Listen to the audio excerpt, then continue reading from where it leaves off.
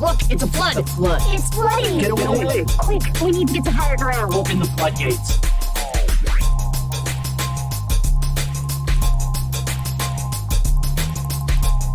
Yeah. I'm like, what are they gonna do? Well, you're only like the drive was only like 20 minutes from where I'm at right now. Oh, for real? So, yeah. You must be out in like Crofton. Well, I'm in Arnold. Oh, okay. So like yeah. similar, but like in a different direct. Yeah. Hey, Shoot right down, Richie. Okay. So you know. Now that things are opening back up, I was just telling him, my man Vince. You remember Vince? I remember Vince. Yeah, Vince and me was kicking it last night, and we went on a mission to go get some cookies from Insomnia Cookies. Oh God. Over on Penn. Yeah, they're the best. And I was telling him I'm on a 40-day drink cleanse right now, right? Like I'm not drinking any alcohol, any soda. I'm trying to get this body right, Yes. body by Doc in the building. You know, no, but you remember in high school and shit, I was pretty skinny. I was maybe pushing like $125. I'm Yeah. like 175 now. You also had Yeah. oversized white tees, but that's another story. I mean, but even now, I would look better in an oversized white tee. Like I looked That's at fair.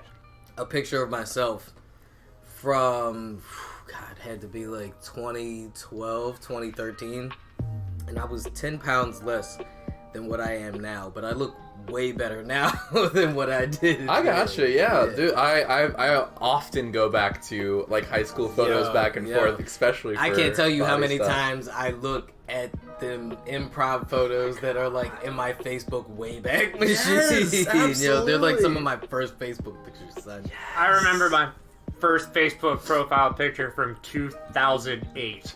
And it was like me like leaning against the garage door Yo. and like with the hood up, and I'm like, wow, Yo. that's so like 14-year-old No, fixes his son, teeth. I can match you, son. I had the fucking.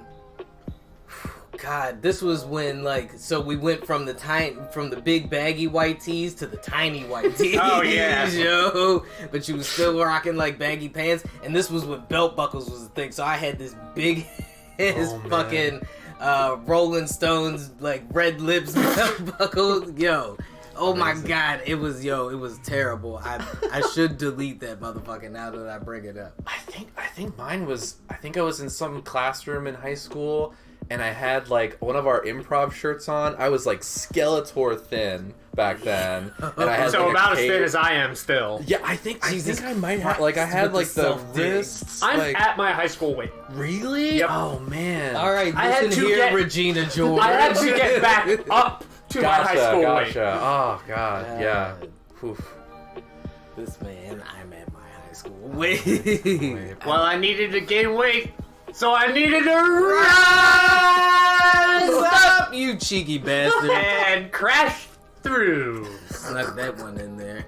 Oh wait, we're recording now? Right now. Oh, We've been amazing. recording. Okay. the This is entire Doc and Ziggy with the Flood.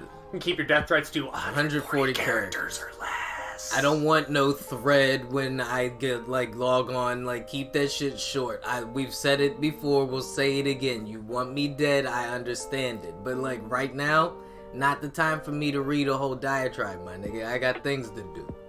Like, He wrote a manifesto. listen here, fucking Joker. I ain't got time for that bullshit.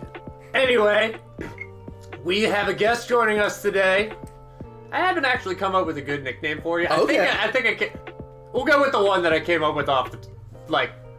It might be a little cringe, but whatever. Oh. We have Ooh, why Ben we Bellamy thinking- here. Ben Bellamy. Amazing. Wait, but what about Briscoe Inferno, though, son? You remember I do that remember handle? that, Let him rock. yes. Like, yeah, I told you that shit was fire then. That should still be the handle. That's like I think that's still my PlayStation screen name. Yeah, so that's yeah. kind of yeah. Des asks me about this shit all the time because he stay going through like my friends and stuff on there when he logs on.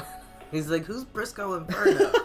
I should have told him that. I'm like, "Yo, Briscoe Inferno's coming over today." All right, Briscoe Inferno it is. Oh my god. Oh my. Briscoe Inferno. I'm back in high school. This is amazing. This is the most No. confident I've felt in so long.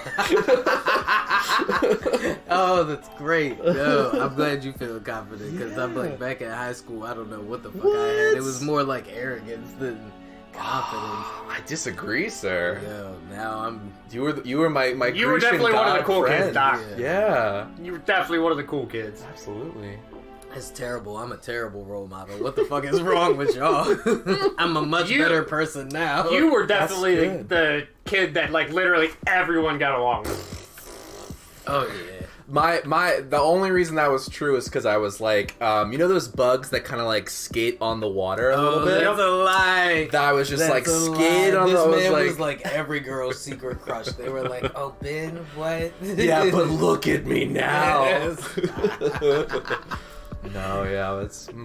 Anyway, Briscoe Inferno. As we have with every guest on here, we gotta know.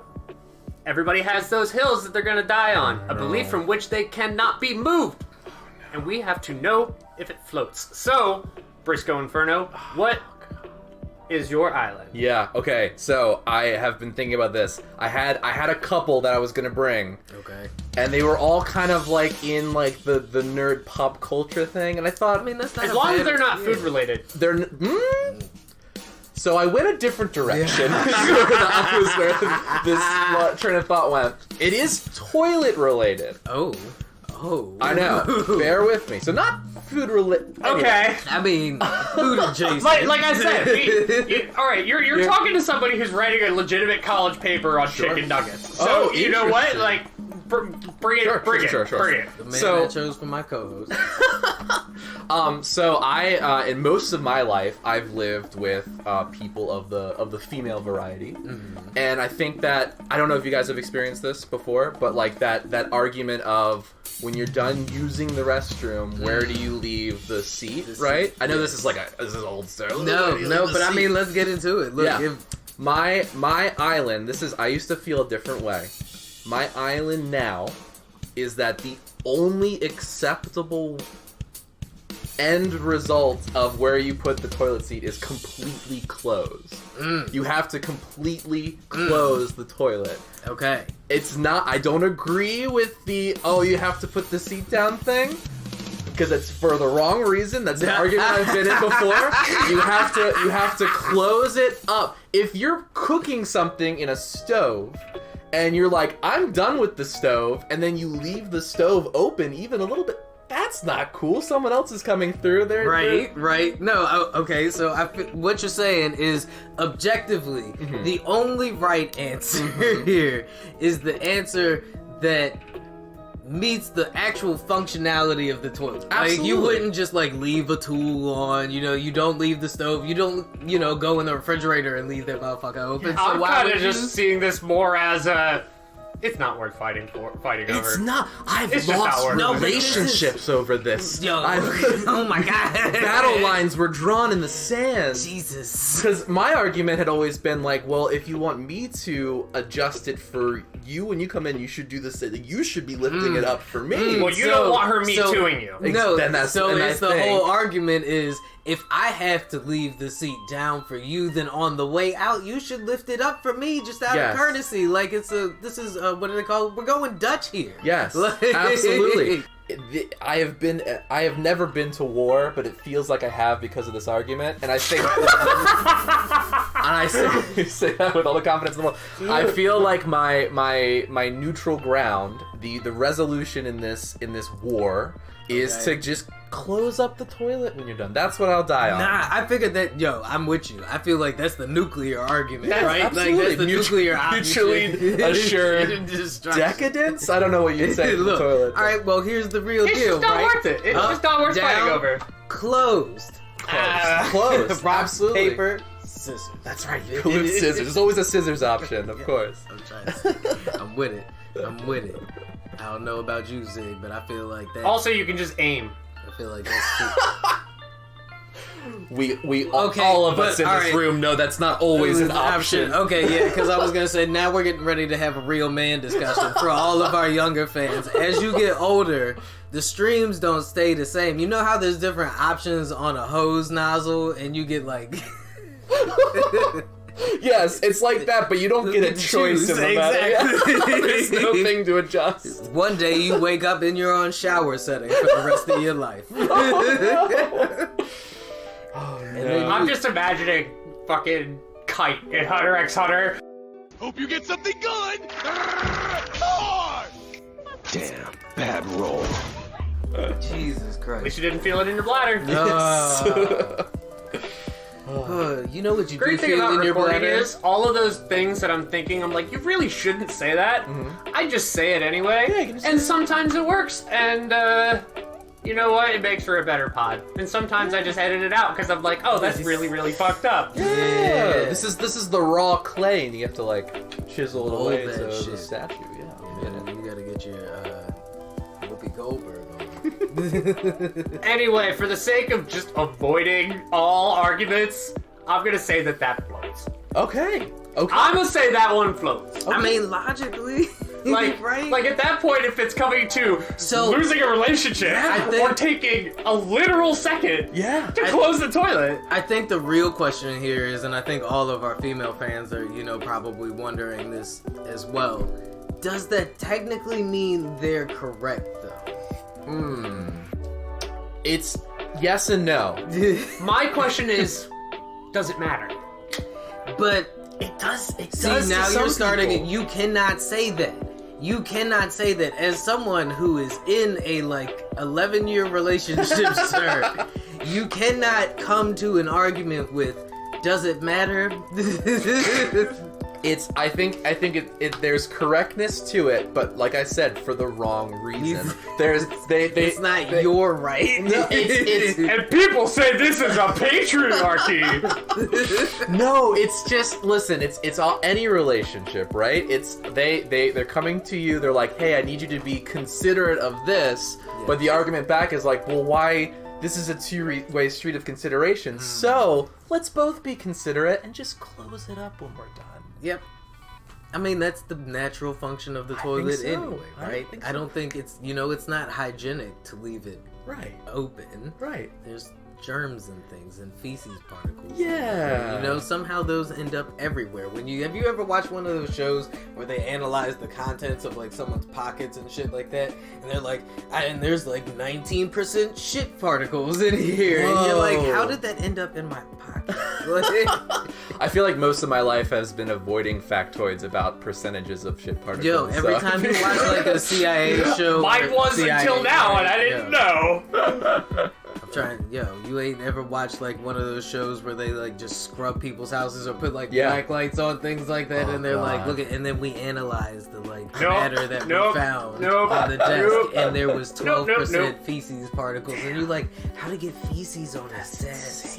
I remember seeing, I can't remember what show it was, but they brought a black light into a hotel room, and they were like, it's either blood, urine, or semen, and we really hope it's urine.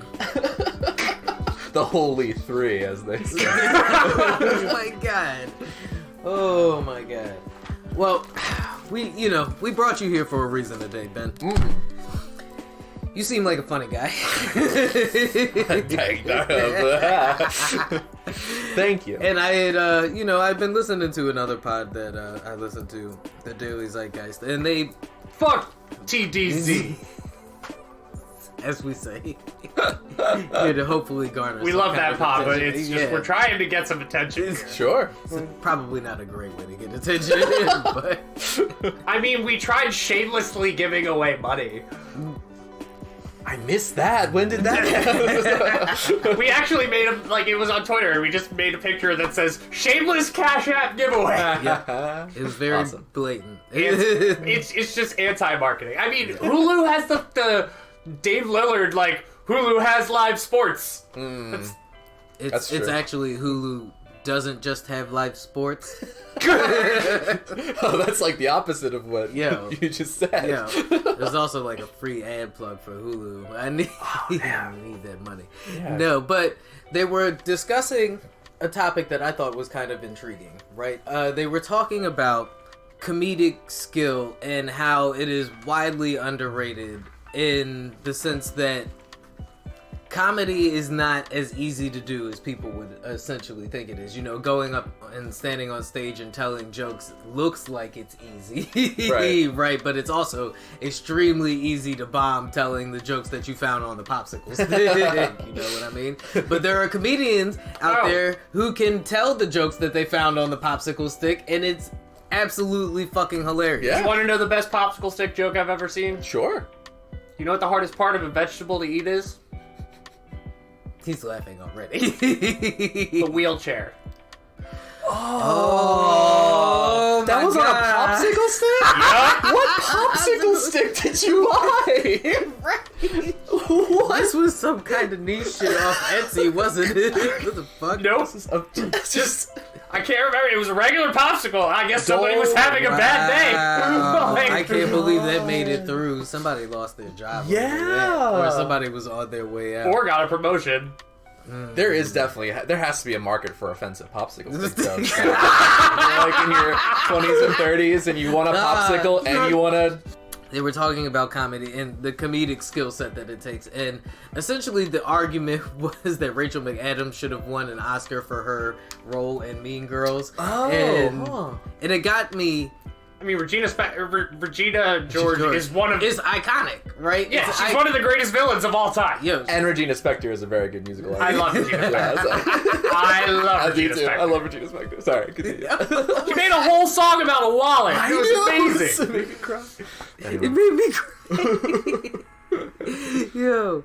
Okay, so it got me thinking about comedy overall as a genre, right? And its influence on pop culture and the way comedy, like, even how comedy has been, like, the focus point of, like, the whole politically correct movement and shit like that. Like, stand-up comedians really took on that war the same way the GOP is taking on, like, raising the minimum wage and shit like that.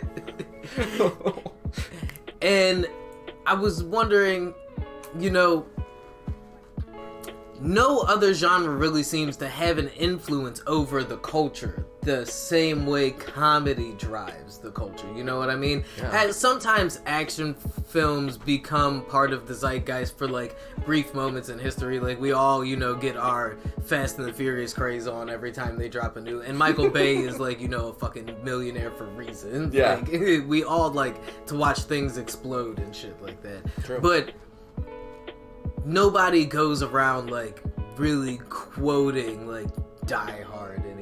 Like, people are still quoting Austin Powers and don't even know they're quoting Austin Powers at this point. You know what I mean? Like, SNL sketches. And so, I guess the question I had was, is comedy the most influential art form? Ooh. Well, let's get one thing I wanted to say. Why is comedy never considered high art? Exactly my point. Ooh. Exactly my point. Because it seems to me that comedy is the most influential art form. And it's considered the lowest of all the art forms. Even though it's the most versatile of all the art forms. Yeah. And it's the only art form, we talked about this, where you can be, like, intentionally bad. And that's the point. Yeah. Oh man. It doesn't take. It's the only art form that doesn't take itself seriously, and it's almost like when you take comedy too seriously, it makes it worse. Yeah, it's so strange because, like, I feel like, I mean, comedy, I mean, you guys have already touched on it a little bit, like, comedy is many different things, so to, like, try to put it into one But you specific can do lens. serious comedy. Yeah, like when you're absolutely. talking about, like, critical analysis of things, satires, parodies, that Sure. kind The of movie shit. Funny like that. People is a great example. Funny, yes, yeah. Yeah, no, The people absolutely. who hate that movie don't get that movie. Well, because I think the thing that makes comedy so versatile is the way that it kind of, the way that, like, you're experiencing comedy, like, as you're hearing something funny, something that hits you, is a very, like, very intuitive kind of reaction. Yeah, right? it's very visceral. Like, Yeah. you kind of just, like you said, you react to it. Yeah. Like, you don't have a, the way you process comedy almost feels like the same way you process like thought. Sure, yeah, I guess. absolutely. I think like not to bring in Avatar: The Last Airbender so Dude, early feel in the free! path. I love that, but like in the same way that like the elements and their division is an illusion.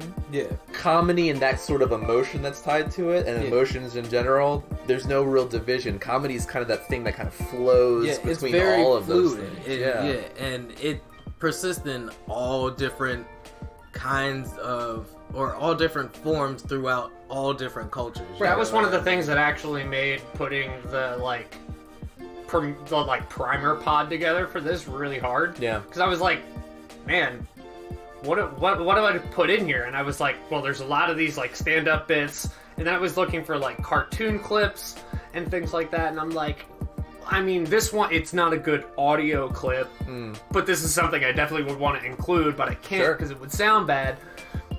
I mean, yeah, it's comedy is something that I think is much like any other art. It's something subjective, but I think the ones that are really stand out, and I think where comedy kind of expands is it does pull on something that is more intuitive than it is understood. Yeah. Where it's like there's a lot of comedians that make their career off of like making jokes about stuff that's going on in the world right now. Right. It's stuff that like I've heard so many comedians talk about like things that I've never experienced, but there's enough intuitive knowledge that I get the that joke you can that they're relate saying. to. Exactly. Yeah, comedy has a way of almost disarming things and making it relatable to people's personal experiences in ways that, like you just said, even if you've never experienced that specific thing the comedian is describing, you can, based off of this description, you can relate it to something that you've experienced, and you can find some kind of empathy towards it. And it's funny that you said it's coming from a place that we don't quite understand. Like, scientists don't even readily understand why we laugh, right? Like, in every other species, we haven't really observed laughter in the same way that we do it. That's so true. Like, what is the evolutionary necessity for laughing? Right. There isn't anything people. other than to the closest thing I think I've read they can use to explain it is like it's almost like a way to share like empathy. Sure. Like to disarm, the people you're around when you're laughing. It is a very disarming like thing. And when you see that in like other cultures, but other species, it's weird because when they do something close to, like when monkeys do something close to what looks like laughing, it's a very aggressive thing. Like, I know this is a weird comparison, and I hate to bring in WandaVision so early in the podcast.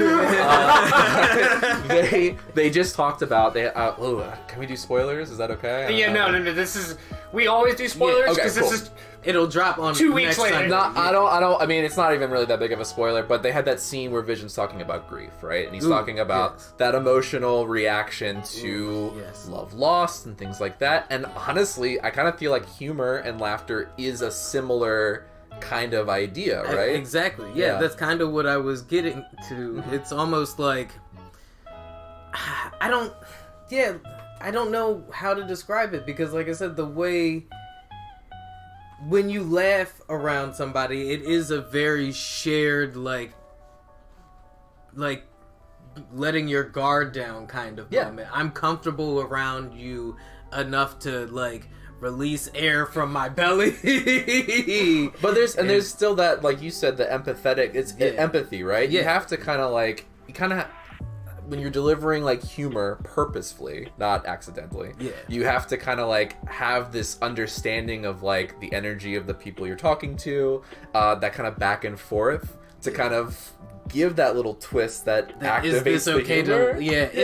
Is this okay to laugh at? Right. It's kind of like if you're at the office and Carol falls over and you laugh but everybody else is concerned. You're like, oh shit, am I an asshole for laughing at Carol? But then Carol laughs and now everybody's okay with it because Carol laughed at You also wouldn't be the only person laughing, let's be honest. Right, that's true. But maybe you're the only one that laughed out loud. Everybody else knew better to kind of go, oh. Do that, cover your mouth. Comedy Right. is acting out optimism. acting it up. Robin Williams. But it's also a mechanism that we use to like shame people. As the sometimes. purpose of comedy is to correct the vices of men, I see no reason why anyone should be exempt. Moliere. That's very fair. So I did some research, bitches. Do you guys know anybody that you've ever met in your lives that has absolutely... Because I think that there are some people that are just not affected by fear, like scary movies. Have you met anyone that has never been affected by comedy in some way? So like, have I no met sense of somebody humor? that has no sense of humor? Yeah.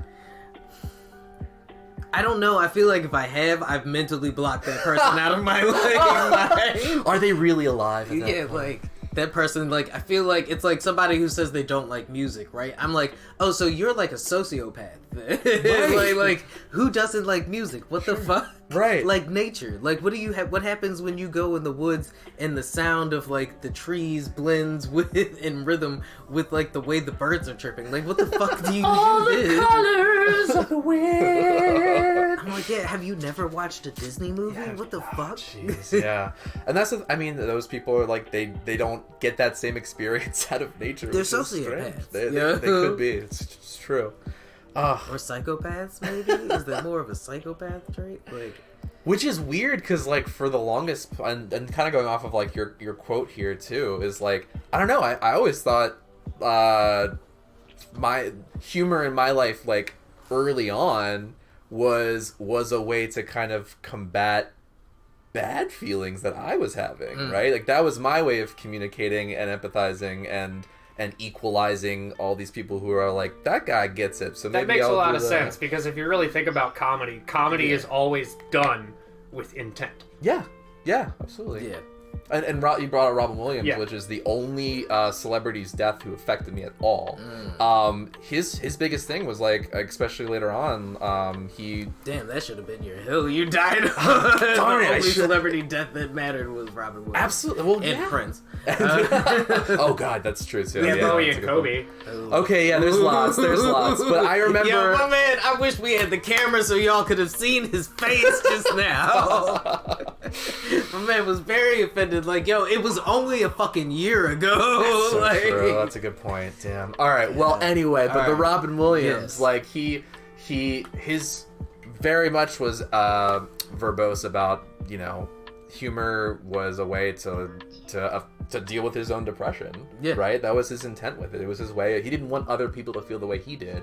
So It's like he the pushed Pagliacci it. joke. Yeah. It is though, but I mean that is essentially one of the functions of comedy. And see, that's another thing that I was talking about. Like one of the things I feel like makes comedy more influential than some of the other genres is it serves multiple functions. Like action movies serve like really like a few essential like functions. Of course, like, and this is kind of what I wanted to talk about a little bit later when we get to comedy versus the other genres. But like you can A good I guess, action use... movie will make you feel like you do when you listen to Break Stuff by Limp Bizkit.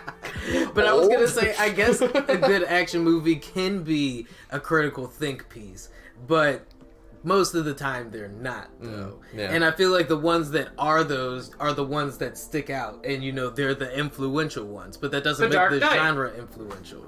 Sure, sure. Yeah. The Dark Knight was a influential like.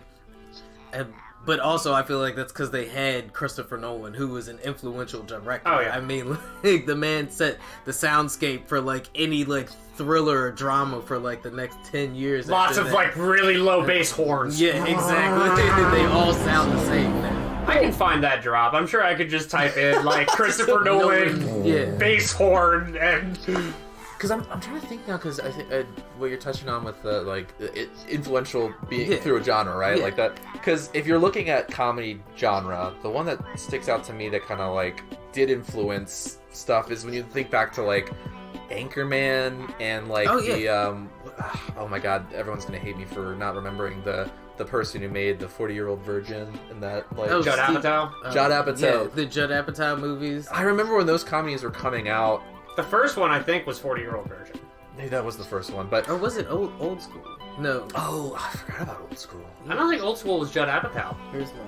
But he was like kind of putting a bunch of those movies out Yeah. that kind of like was a different form of comedy that wasn't like Right. out, right? Yeah, and it kind of gave a new path for that genre. So That's kind of what I feel like Tim and Eric did Mm. to like the late night like comedy shit. circuit. Yeah, I'm gonna take a guess here. Judd Apatow was a first wave Adult Swim watcher. Oh, first wave Adult Swim watcher, Yeah. you think? Oh, yeah, maybe. yeah, because he's only 53, so he would have been, around like his 30s and stuff when Adult Swim. Probably like in 20s. Yeah, because can see late that. 20s when Adult Swim first became a thing. Oh, wow, yeah, maybe he is then. And then that might have been where that comedy style came from. Just like the lo-fi hip-hop thing came from that. And MF Doom. No, so you're right. His first movie was The 40-Year-Old Virgin. It was, okay. Yeah. Man, knocked it out of the park with his first movie. Yeah, and that did it literally changed the comedy, and it's still the comedy scape is like still trying to escape that format, kind of the way like the Chuck Lorre format like changed the way like sitcoms and stuff are run. Now everybody does that multicam shit the way he did. Yeah, that's true. That's Yeah. super true. And it's like once again we're still talking about like the influence of comedies, and like you can even see that blending into the way other genres of TV shows shoot their shit. Yeah. So, it's in other movies the way other movies are Like The shot. Office, look at the camera. Those mockumentaries that Yeah. came out for. Yeah, absolutely. Yeah, I mean, I think it is. like- Modern Family uses that too, and Yeah. So, but that gets into one of my plot points that I have for. Are we playing D&D? Because that's what I call it. Yeah. But the initial like impact and the longevity and the direct effect are three things that I have down for something that, or for things that make something influential. Yeah. And we just went through and listed how different comedic directors and producers and comedians in general made initial and longevity like impacts that directly affected and had a long lasting effect on the way the culture of comedy is, let alone the way we perceive media. Right. So all things that I don't feel like we get from any of the other genres.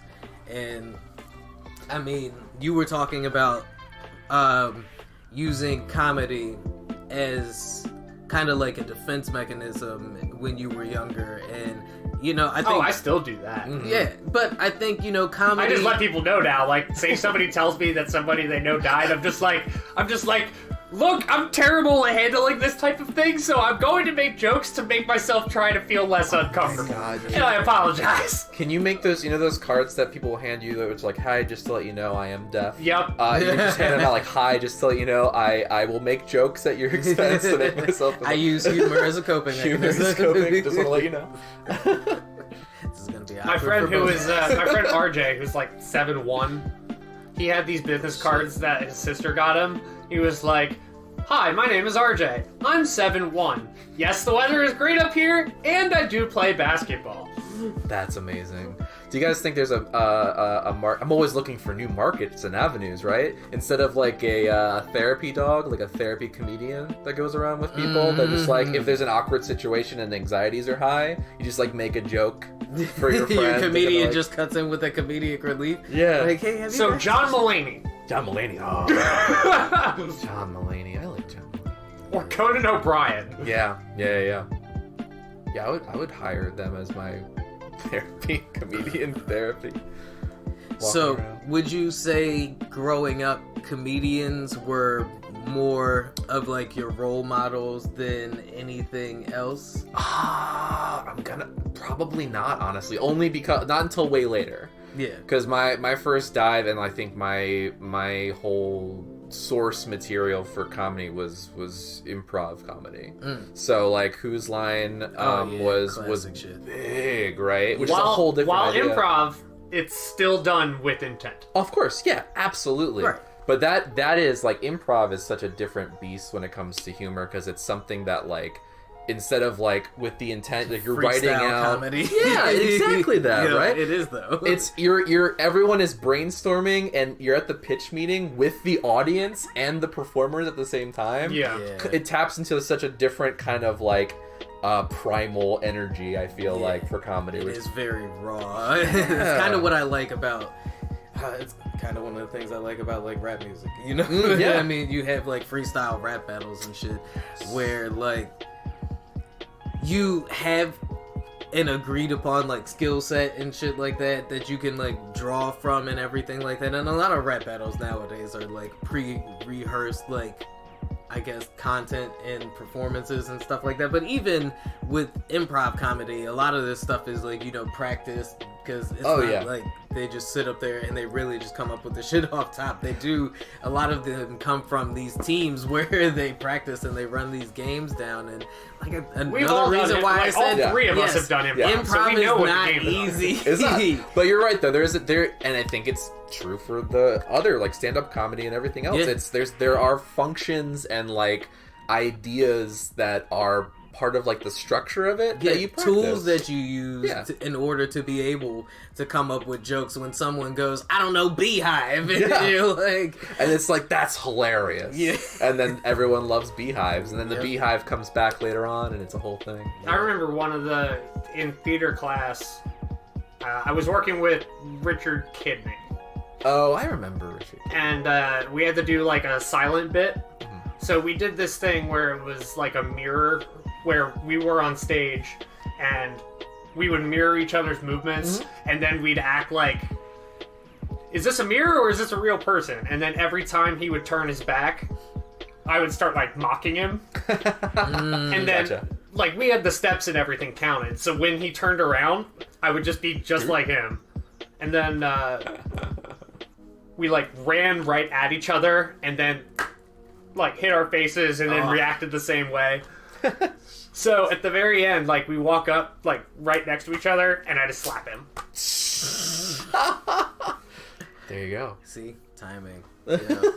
For me though, I think it had to be like sketch comedy. Okay. Like sketch comedy was probably one of the earliest forms of like, or like I guess one of my early, like, you know, All That on Nickelodeon. Love All That. Shit, That's you know? right. So you go back and then like In Living Color and stuff like that, and then from there you go into like, I used to watch stand up heavy. What was it, Larry's Lounge Lizard or something like that? They used to come on Comedy Central. I like didn't see that this was one. back when like Comedy Central really was like nothing but like Just stand up and shit like Gotcha. that. Yeah.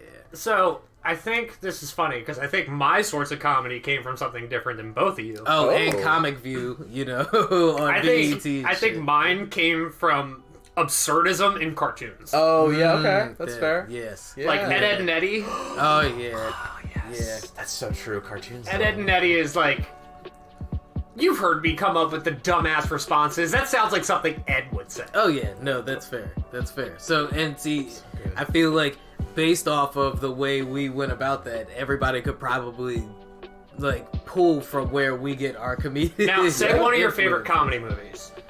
And I bet you that all three of ours are going to have different styles. Oh, man.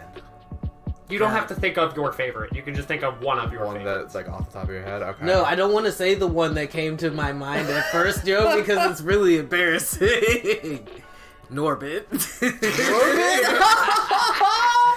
Yo, but it's That's not. so that was just good. the first one that came to my head, right? But I was thinking Eddie Murphy, right? Because we're talking about like comedic influences. Like Coming to America? Yeah, Coming to America, or like fucking. God, what was it? The Nutty Professor, shit like that. You know, those were kind of movies as a kid that I really loved. And fucking Life with him and Martin Lawrence and shit like that. All right, Briscoe Inferno, what's one of your favorites? I was hoping that you guys talked about. I wanted more time to stall. Yeah. I'm trying to think. What about you, Zig? All right, my favorite comedy is Zoolander. Oh, yeah. Zoolander is such Zoolander. a good choice. I should have said Zoolander. Oh man, Zoolander's a good choice. Fucking Rush Hour. See, but that's another one of like how comedy can blend into other genres. But my Like, favorite comedy is a farce, is an absurdist farce. That's look.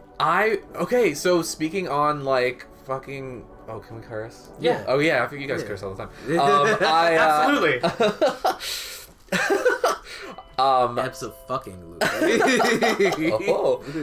This is such a weird one. I really liked Cabin in the Woods as a comedy. It's not a comedy. No, but I mean, actually, it is. But it is a comedy, and that's because I hate. I don't like the horror genre What? very much because So I'm is it scared. basically 'cause I'm a scared. horror Yeah, that's movie where it's actually a comedy It's in the same vein it's a- where The Truman Show is a comedy, Oh damn it! but Truman it's Show's a good actually like yeah. a dark suspense movie? Comedy is just the label on the pill. Yeah, no, that movie is Comedy's a red herring. We've talked Yeah. about the movie a couple of times on Truman Mike. Show That rocks. movie is dark as unbelievable, and that Yeah, movie is yeah. dark as fuck.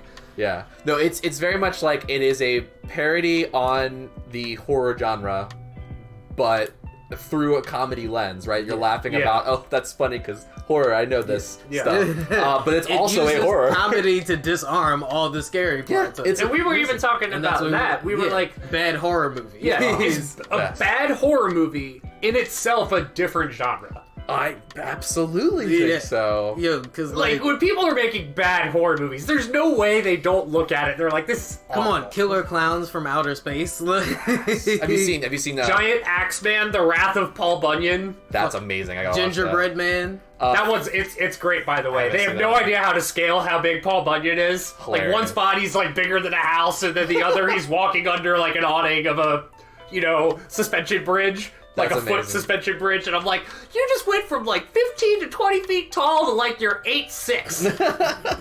Inconsistently. Thanksgiving, that's the one I watched. Have you seen Thanks it? Thanksgiving? No, Yeah. I haven't seen that, but have you seen Pilgrim? Okay. So Pilgrim is a horror movie on Hulu that I thought was going to be a bad horror movie when Okay. I watched it, and I had watched it entirely and like settled into the thought that this is going to be a good bad horror movie, and it actually turned out to be a decent horror movie. I won't Okay. call it a good horror Sure. movie, but it was pretty good. It was all about like this. Now, is it being a decent horror movie less enjoyable than being a bad horror movie? No, it was more enjoyable because I came into it intending for it to be bad, and it was better than I expected it to be. So it exceeded my expectations, therefore making it good. Ah. I understand completely what you said. There was a roundabout way to getting to no, it was actually pretty good. Sweet. But yeah, it was like this family was all busy for like Thanksgiving, and everybody had like forgotten like the spirit of Thanksgiving and shit like this. So the dad hired this weird colonial dude who he thought was like some dude cosplaying like as a pilgrim to come and bring the holiday spirit. Of course. And he ended up being like this weird like super fundamentalist like cult member who like kidnapped the family, and they were gonna like sacrifice them in the spirit of Thanksgiving. It was wild. As you do, yeah. Yeah, I recommend it. It was pretty. It was pretty good. But I mean, like, I do think there's a chicken and egg kind of situation with most art, right? It's Yeah. like, is it if it was going in and the person who made it intended it to be a bad horror movie, but you got something different out of it, it doesn't invalidate its impact. Like, we talk about absurd comedies. The Room, right? The Room. Yeah. The guy who made that is like, this is gonna be a great. The subjectively worst movie ever made, right? But think about it though, is it? Depending on what lens you're looking through, there's a movie about that movie being made. He's right. How is that? There's no way. Like, I feel like I understand so what you're absurd. saying with it It's because so it's so absurd. absurd. The dude who made it's like, this is art. Yeah.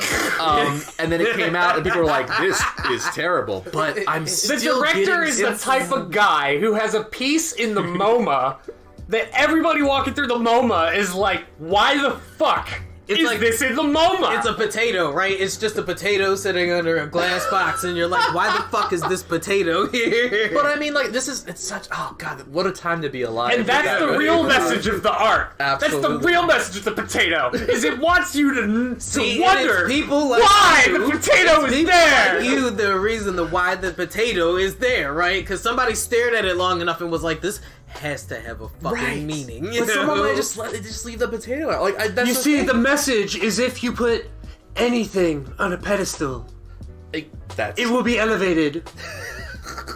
Which is super true. But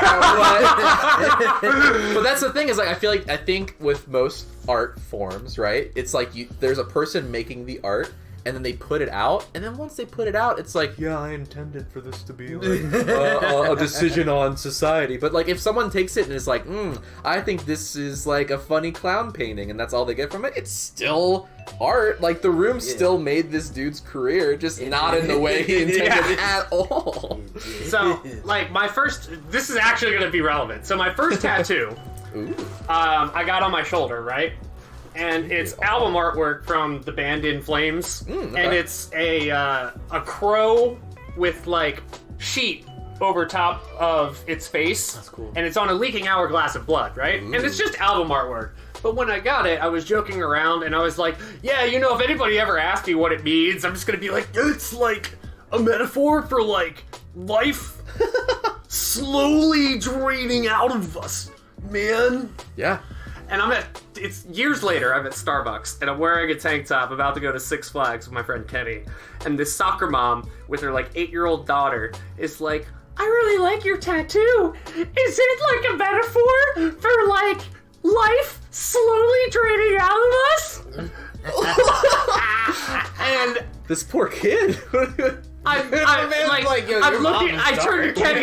turn to Kenny, and we have this moment where it's non-verbal communication. It's just like a psychic link, and we're just like, oh my fucking god, I cannot believe it. I didn't have the heart to say it. I just was like, no, it's album artwork. And they're like, right, fair. What kind of band are they? And I'm like, yeah, you know, they're melodic death metal. And she's like, really? I love Slayer. And I'm like, this is one of the strangest interactions I've ever had. That's amazing. It is wild. Like, she had a Karen haircut and everything. Like, I gotcha. Man. Yeah, maybe she's a Karen's sleeper agent. I was gonna say Karen's come in all shapes and sizes now. And all genders. Karens are subjective. Like art. The potato! Alright, I think on that note, we're gonna take a Break break. time! Woo!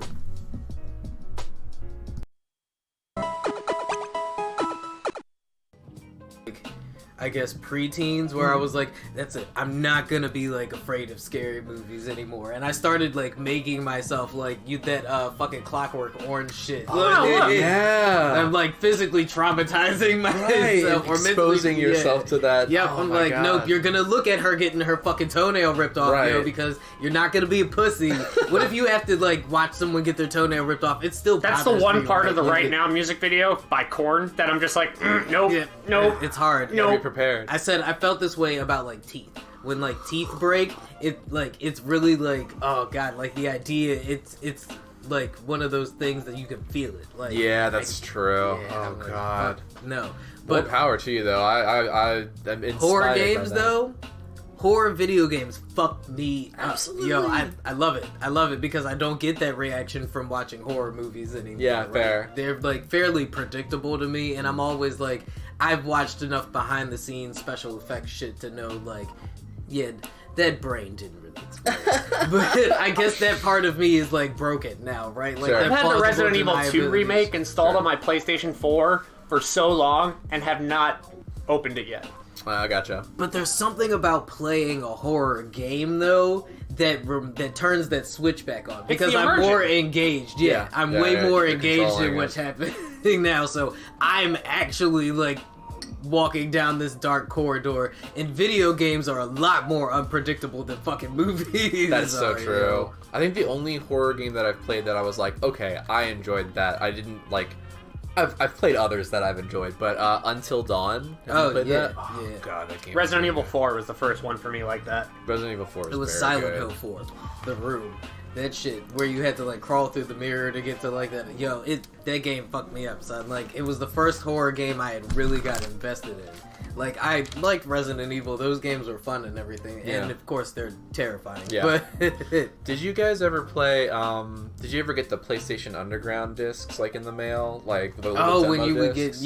yeah, There was one on there. I think the reason I hated horror games so much is it was just called like The Tower or something, And all it was is you're like this girl that wakes up at the top of the tower, and you start going down the steps, and suddenly this dude with massive hedge clippers comes out. Oh, I feel like I know what game you're talking about. You're just trying to get down to the tower, but you have to. And she's just like slowly chopping the hedge clippers towards you, and if you don't go to the next floor fast enough, he, chops you in chops you in half. Yo, they Is he walking the whole time? Yeah, he's just like slowly walking the whole time. And still catches you? You just made me think of this German fairy tale that they tell kids who suck their thumb called, what is it, Der Strudel Peter or something like that? Oh, the Strudel Peter, Yo, of course.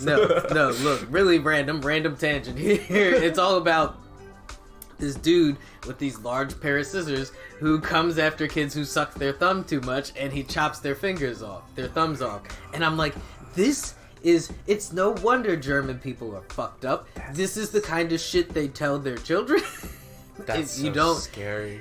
But then, the Germans are like, you guys have You know to what worry else is about scary? school shootings and shit like that. So. You know what else is scary? Germany's history. Germany's history is very scary. I mean, most history is if very you think scary. about it, Germany was like a bunch of like forest and shit, like dark forest. Like some scary shit probably went down in those dark forests. It's no wonder all of their fucking fairy tales are dark as shit. That's so strange. Hansel and Gretel, like, Yeah. don't wander off in the woods. There's a witch who might eat you. Because most of the kids' stories are fear-based and Yeah. with the intent to control a specific behavior from the kids, right? Yes. Could you imagine if they used comedy in those oaths You instead? beat me to it. You beat me to it. You rat bastard. He's a No, guest no, and no. beating those to it. Yes, that was good. Play. That was good. Great minds think alike. Because I was gonna say the only other genre. There's two genres. Great I minds think- laugh alike. Oh. I see what you did there. There's two genres I think are. I don't even think they're as influential as comedy, but me personally, if I had to come up with an argument for the antithesis, it would be sci-fi and horror. Okay. Because everything we do is based on fear, right? The entire like structure of the way we live today is based on the fear of being left outside in the woods at night. Very true. Man. The heating, the electricity, the house, Yeah. the refrigerator. All of this is so we don't ever have to go back to being left out naked in the woods at night. Damn. That's so true. The human brain is programmed in like a fear response. That's so true. Yeah. No, and I think speaking on comedy stuff and like getting back to like kind of what you guys were talking about before, like if fear is the response of anticipation for bad things that could happen, right? Where like that could kill me. that could kill you. Humor is like the reaction of things that you weren't expecting in a lot of cases, which is very interesting. Yes, because it is like an unexpected. Usually, when you laugh, it's unexpected. Yeah. Even when you're watching a comedy or like a stand-up show, right? You're sitting there and you don't know when you're supposed to laugh. Sure. Yeah. But when something funny happens, you all of a sudden this illicit response happens, and you're like, the next thing you know, you're expelling air from your stomach again for no reason. Like, This is a random thought, but it made me think of it. Like, do you guys ever watch something or are in like an audience of something back when, there was audiences? And like, do you ever, there's in the before times, and you watch something that's funny and like, if you were watching it by yourself, you probably wouldn't have laughed, but if you're with other people that are laughing, it suddenly becomes funnier to you. yes. Have you ever experienced that? No, I experience that with stand-up all the time, Yeah. right? Like, when I'm watching them by myself, I kind of, like, chuckle on the inside, like, that was good. It's like the golf clap of laughing. Pretty good joke. Yeah. But when you're with people and other people laugh in a room, it's kind of like, I guess, why big crowds at stand-up shows are kind of necessary. Yeah. Like, uproars of laughter, really bring the vibe in the room up. Every comedian talks about feeding off the crowd. Yeah, Yeah. absolutely. Every single one of them. Yeah, yeah. It's that energy, man. Very, very true. It's one of the things that makes comedic acting, I feel like, even more difficult. You don't get Which the actors reaction. say as well. Oh man, Yeah. that's so true. That's so true. We during these pandemic-y times, we were trying to do improv and acting through Zoom. Ugh. Super hard because I did a acting thing for an I feel like the only way you'd be able to do that is if you were improving something that can only really be improv'd over Zoom. Yeah, it's definitely difficult. You can't do prop comedy. We're all the scene is you're on a Zoom chat. Like that's gonna be the only thing you can really do. But no, they did an acting thing, and I remember watching like the group reached like 150 people in the audience, and we were doing our acting thing. But without that audience reaction, it felt so weird. It's terrible. It does. It feels so, oh god, sterile. Yeah. Like, Ah. am I doing this for them or am I doing it for me? Yeah, it's Crying definitely on the strange. inside. But if I'm doing it for them, isn't it really doing it for me? Yeah. Yeah. It feels good to make other people feel good. Isn't that inherently a selfish pursuit? Oh god, no Neon Genesis Evangelion here. The only other genre I was thinking maybe comes close to the influence of comedy is sci-fi, right? Like a lot of the things we use to escape fear were inspired by science fiction. Yeah. So, we're currently recording on USB microphones on laptops when computers used to take Well, I up mean, whole sci-fi rooms and is like microphones not only an escape, but it's also building a weapon to kill whatever's trying to kill us. Well, I mean, that kind of gets to my point about comedy, right? Like, comedy itself can Send in Will Smith and Jeff Goldblum! Can happen. Comedy itself can be used as a weapon or as a tool, and I feel like has been used as both weapons and tools to push, society and culture forward. From Shakespeare to, the Greek and Roman comedies to now, like, we have the propaganda wars at hand, and we have the whole political correctness movement pushing how we view comedy moving forward in general itself. Like, we were talking off mic about how I feel like for a while, I don't know if it was like the late 90s to the mid-aughts, somewhere around there, being mean became funny.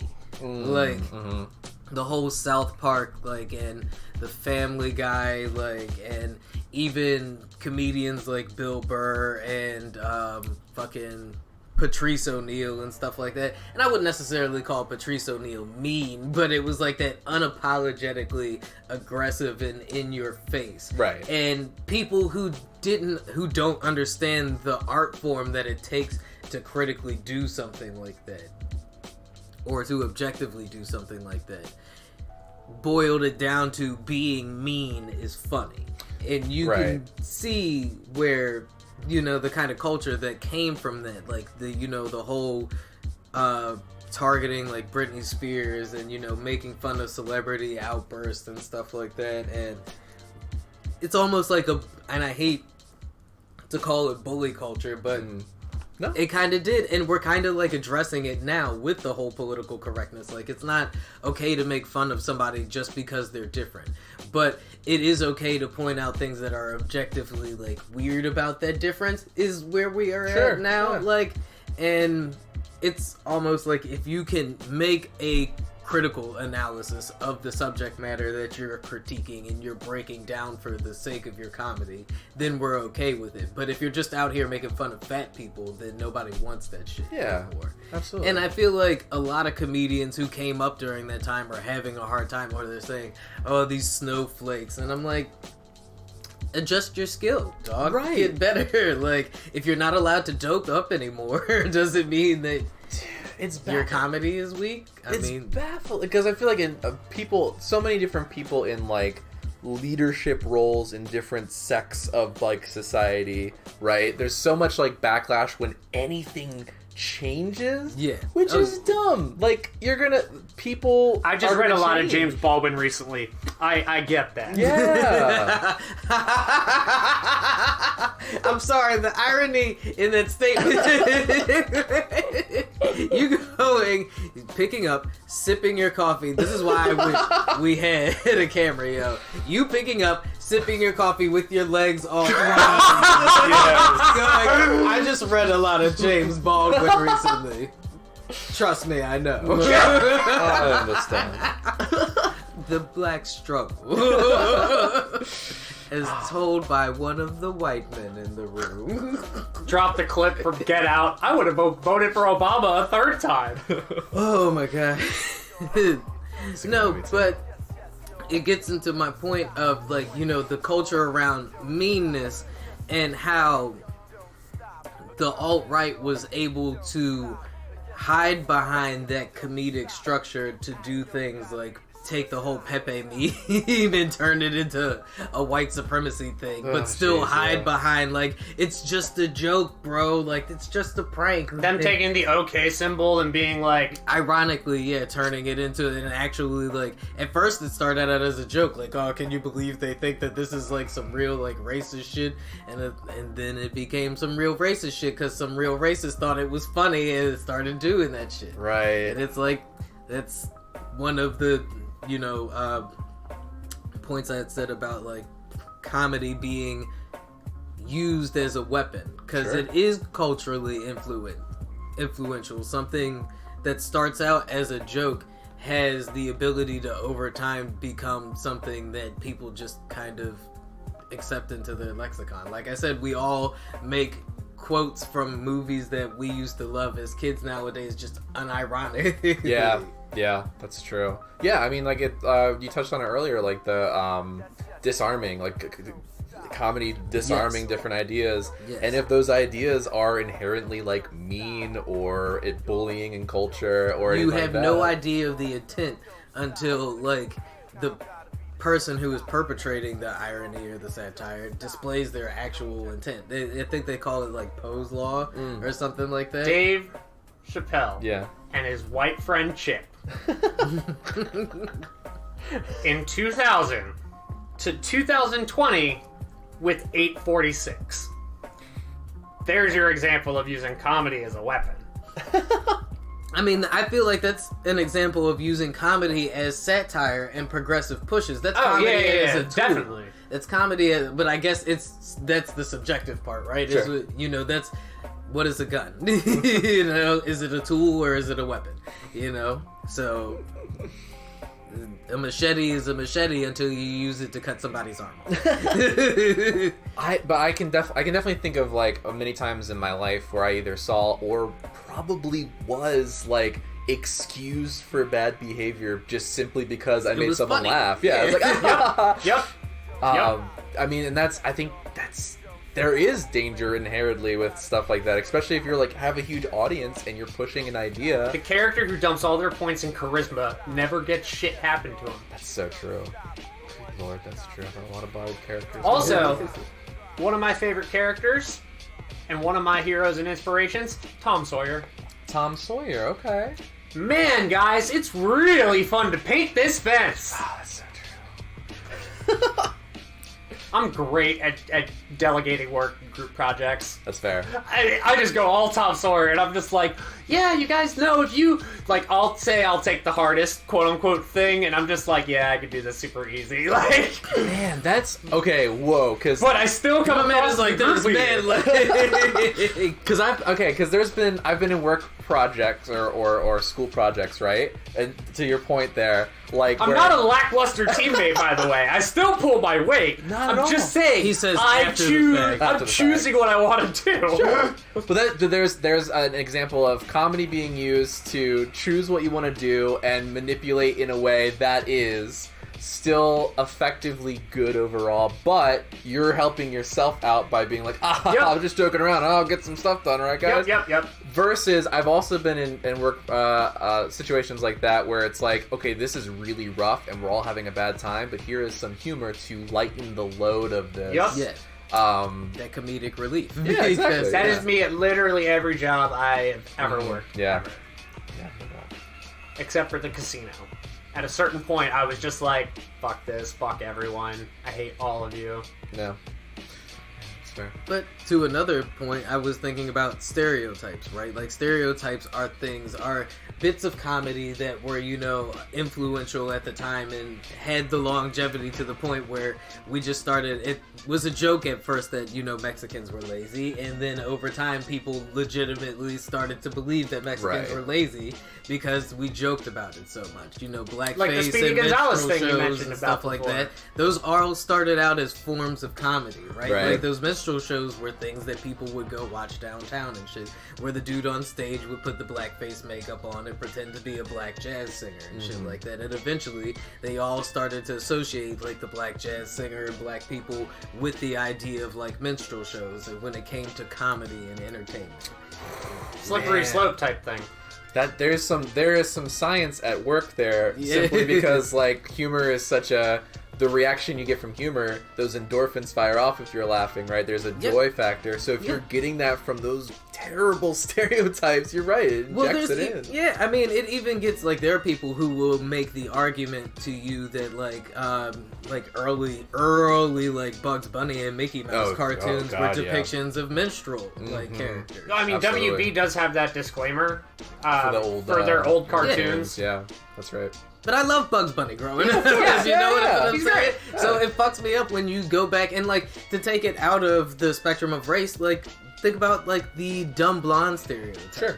Like, and you may not inherently think all blondes are dumb, but the second a blonde does something dumb, you go, well, there you go. Just like all those other people said. Yeah. And it all started out as a fucking bad dad joke. Right. Like, like, okay, here's another one.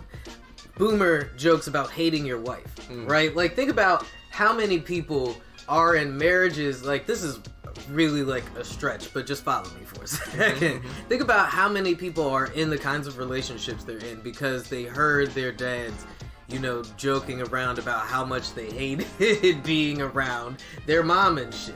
You just kind of over time accept that, oh, maybe I'm not really supposed to like my partner, but we deal with each other, and that's good enough. Like, so when people say shit like, I married my best friend, it looks fucking corny, right? Because we're like, haha, no, you're supposed to hate your wife. That hit me to my core. I feel like I had a dad that was very much like that old style boomery. That sounds almost reminiscent of the, like, Russell Wilson getting the clap back because he was like, I love my wife. He got clapped. Oh, you're talking about Chance the Rapper? Yeah. No. Like, so Russell Wilson, the quarterback for the Seahawks. Yeah, him and Sierra have, and everybody is like, calls him corny and shit because he's all about Sierra and he's a good dude. He doesn't treat her like shit like Future did. Right. And everybody's like, so now the internet is in this weird place where they're like, well, is Russell Wilson corny? Why is Russell Wilson corny? Because he treats Sierra good and is treating Sierra good and not being like a hoe, a corny thing? Right. Like, Yeah. So that in itself, like, we took... Chance was corny. I mean, yeah, but that doesn't make it okay to, I guess, not J. dehuman, Cole but was a little devalue. corny, but the change of clothes or the fold clothes beat was so good it doesn't matter. No, Anytime you're using other influence from either outside sources or anything else to justify bad behavior in a relationship is no good. Right. Yeah. Right. 100% agree. But that's what I'm talking about when it gets into, like, stereotypes and the way we come to accept these simple thought patterns that you don't think really hold any weight, but they are things that are hardwired, like, deep down in your core, Yeah. And it's a lot of it comes from fucking comedy. Yeah. And I think you could look back at, like, different eras in comedy to get a feel for different things that are going on in society at the time, right? It's a reflection of what's going on with that. Yeah. And that's why I think, because the impactful comedians are the ones that are touching on things that go cross generations, like... Right. Like, so it's that age-old argument where it's like, does art influence society or is art influenced by society? It's an Ouroboros. It's a snake eating itself. oh. It's Ouroboros? Yeah. Is it not Ouroboros? It is. It I've heard Tomato, it tomato. pronounced either way. It's one of those words I've always read but never said out loud, I think. Yeah, I've heard Ouroboros real. and Ouroboros. Yeah. So Yeah. Or that you've always said out loud and then never seen spelled. And Right. you're like, What? Oh my god. these are I learned a lot of these types of words from playing Yu-Gi-Oh! And Magic. That's super fair. Yeah. Oh, yeah. The things you learn reading occult. Yeah, right. Books and shit like that. Gotta expand the vocabulary. Pot of greed, pot of avarice. There's a connection there. So, I mean, as we discussed though, I think we've built a pretty strong argument here as to comedy being influential as far as like, you know, the culture is. I feel like it's concerned, certainly but- more ready. I'm not going to say memorable than quote unquote high art, but it's more like.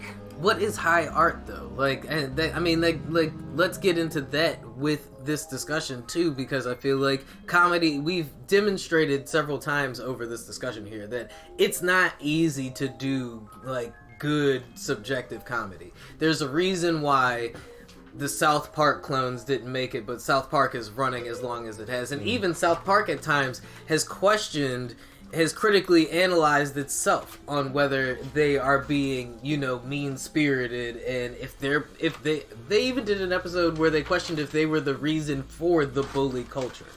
Right. You know what I mean? People who don't get the joke. Yeah. Who think the Rick and Morty fans who think that they get it, but they don't. Oh my god, yeah, it's true. Oh god. That's another What perfect was example of like, you know, how comedy can breed toxic cultures. What was this? The Mulan sauce? The Szechuan sauce. sauce. I'm Like- a pickle, Morty. Oh my god. Yeah, it's That's so true.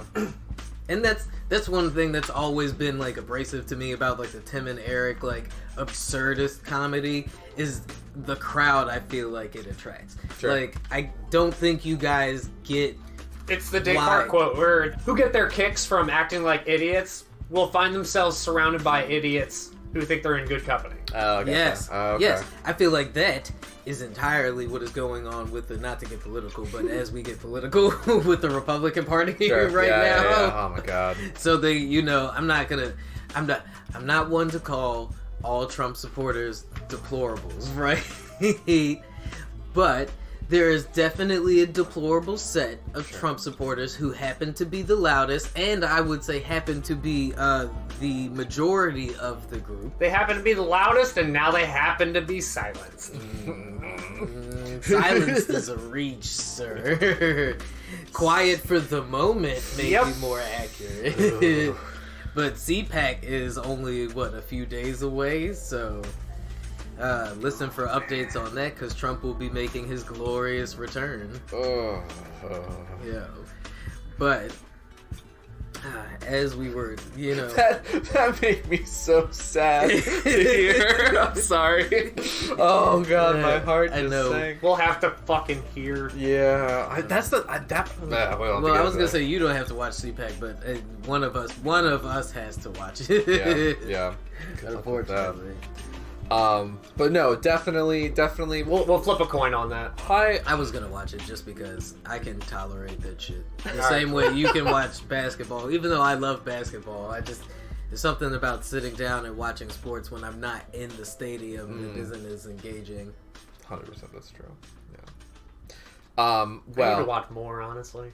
more sports. More basketball. Like, I need to just throw it up on a screen while I'm doing something on my computer. That's fair. The Celtics are playing like shit. This is gonna surprise everyone in the room, but I'm not a big sports guy. My daughter got into soccer, and that kind of like just like her love of it made me start watching. I'm like, man, soccer's really cool. to See, watch. what you guys can't see because we don't have the camera up today is he came in full cleats. Yeah, yeah, you know, just I feel like if I dress for the job that I want, that'll be. He's in full. So I Arsenal showed up gear dressed right as now. Dress they won't know I'm not dressed like that. But yeah, going back to the art thing, because I think it's like, I mean, can you?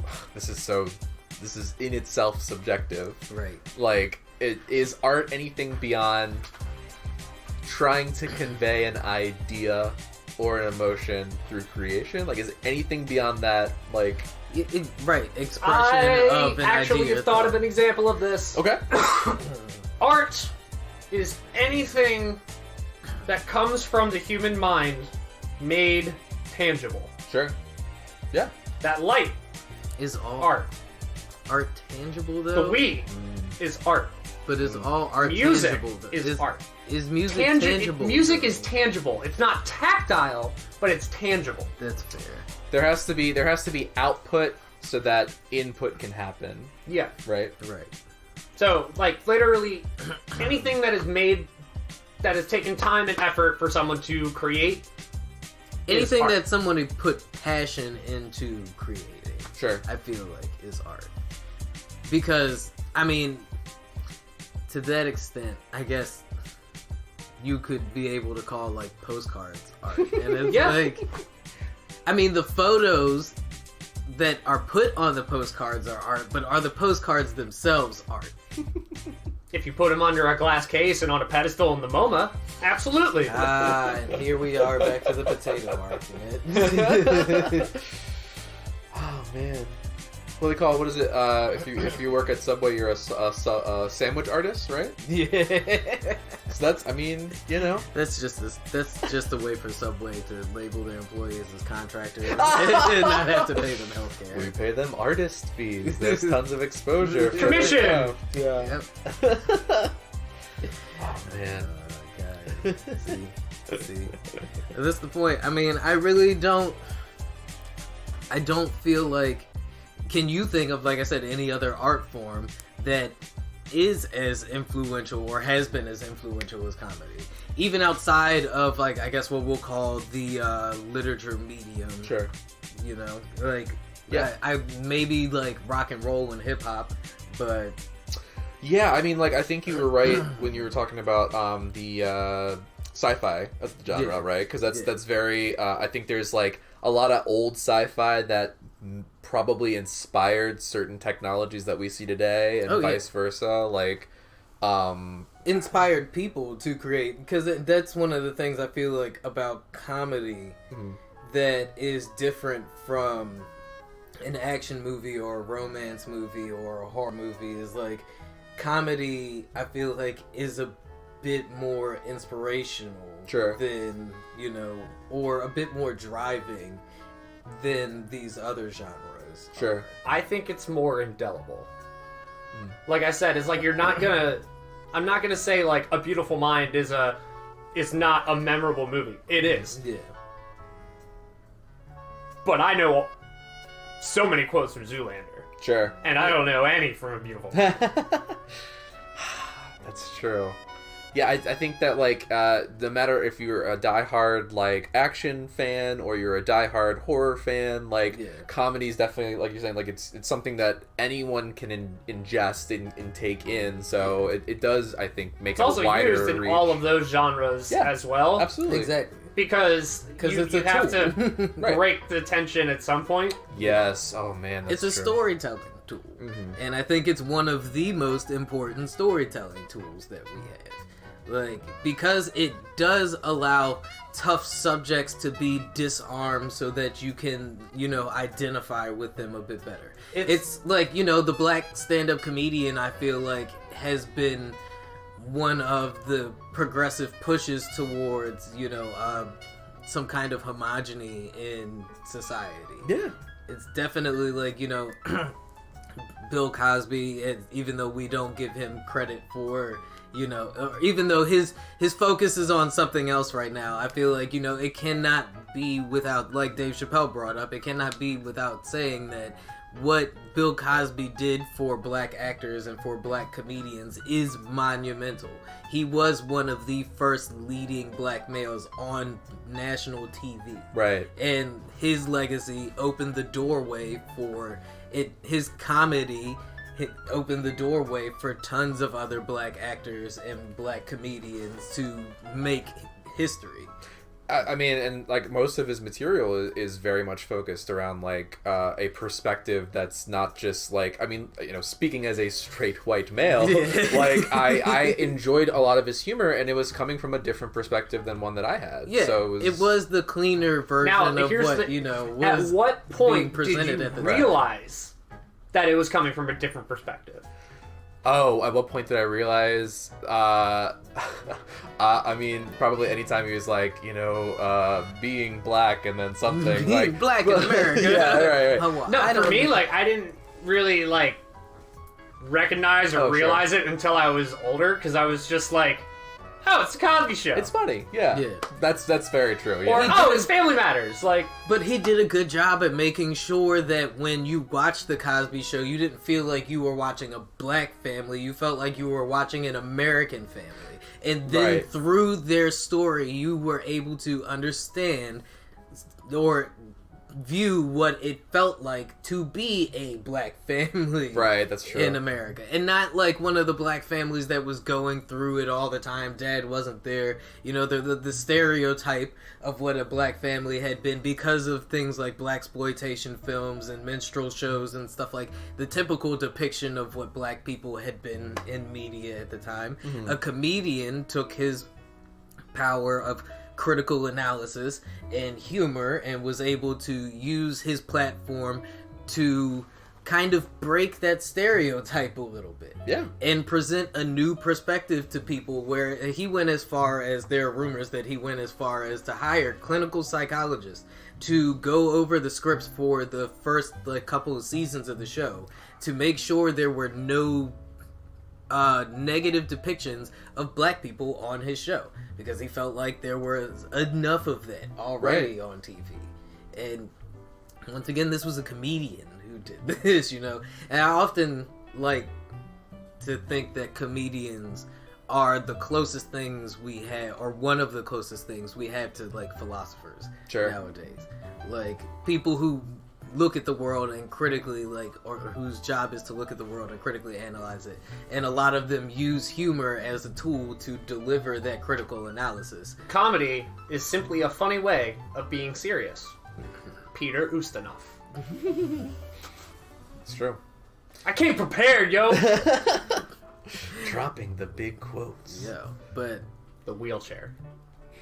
it helps bring things into context. And I mean, Yeah. in context here, like I said, out of all the other art forms, classical music ain't hitting like that. Yeah, I mean, it goes back to art changes, like, God, I just immediately thought of, like, what classical music have I listened to lately, and it's probably in certain, like, remixes and stuff on Spotify, right? They pull some stuff from it. And, Yeah, I'm sure stand-up might be weird, you know, I stand-up like is to already listen getting to, kind of like, weird.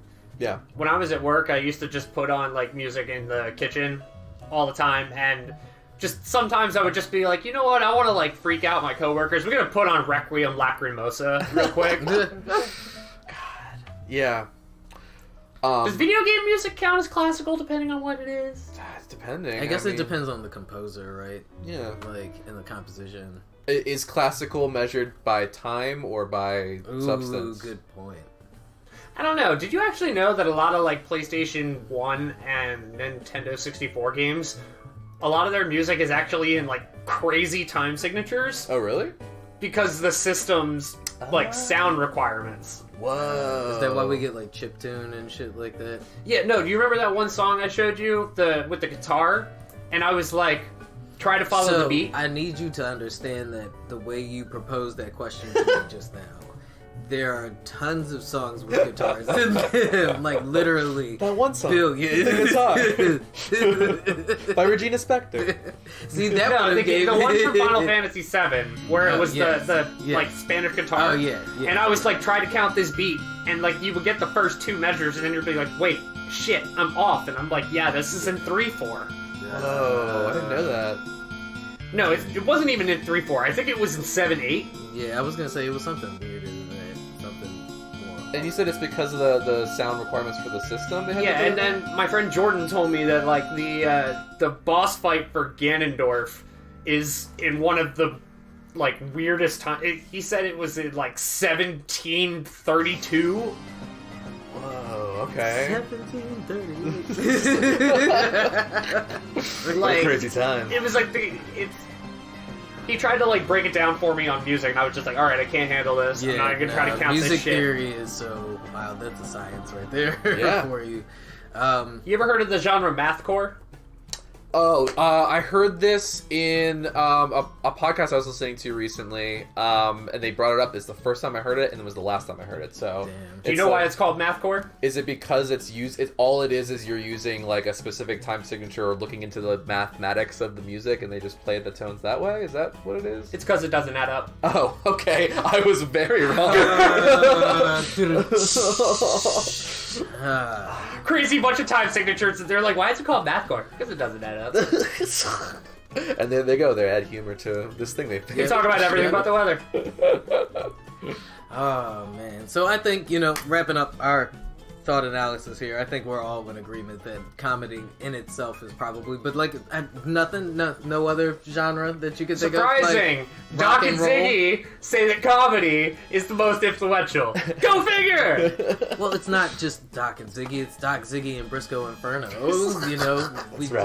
We did have a neutral party here today. That's Yes. true. I don't know if I would. He Incredibly has a sense of humor, so I don't know if we could call him incredibly neutral. Yeah. We would have to find somebody, as you proposed, who doesn't laugh at things. True. Oh my like God. Dr. Manhattan. Oh, Dr. Manhattan. Yeah. I was gonna say even Vision laughs at things. Yeah. He's Dr. throwing his Manhattan humor wouldn't even out, be right? here at the time. No. He wouldn't even be in our when. That was my biggest shame thing from last not to bring WandaVision so close to the end of the podcast, but at the end credit thing, I was like, why is Dr. Manhattan here? Oh, whoops, that's not right. But yeah, You know what comedy's really good at reminding you of? That none of this None of this. is normal. You guys be safe. Deuces! Look, it's a flood. The flood. It's flooding. Get away. Quick, we need to get to higher ground. Open the floodgates.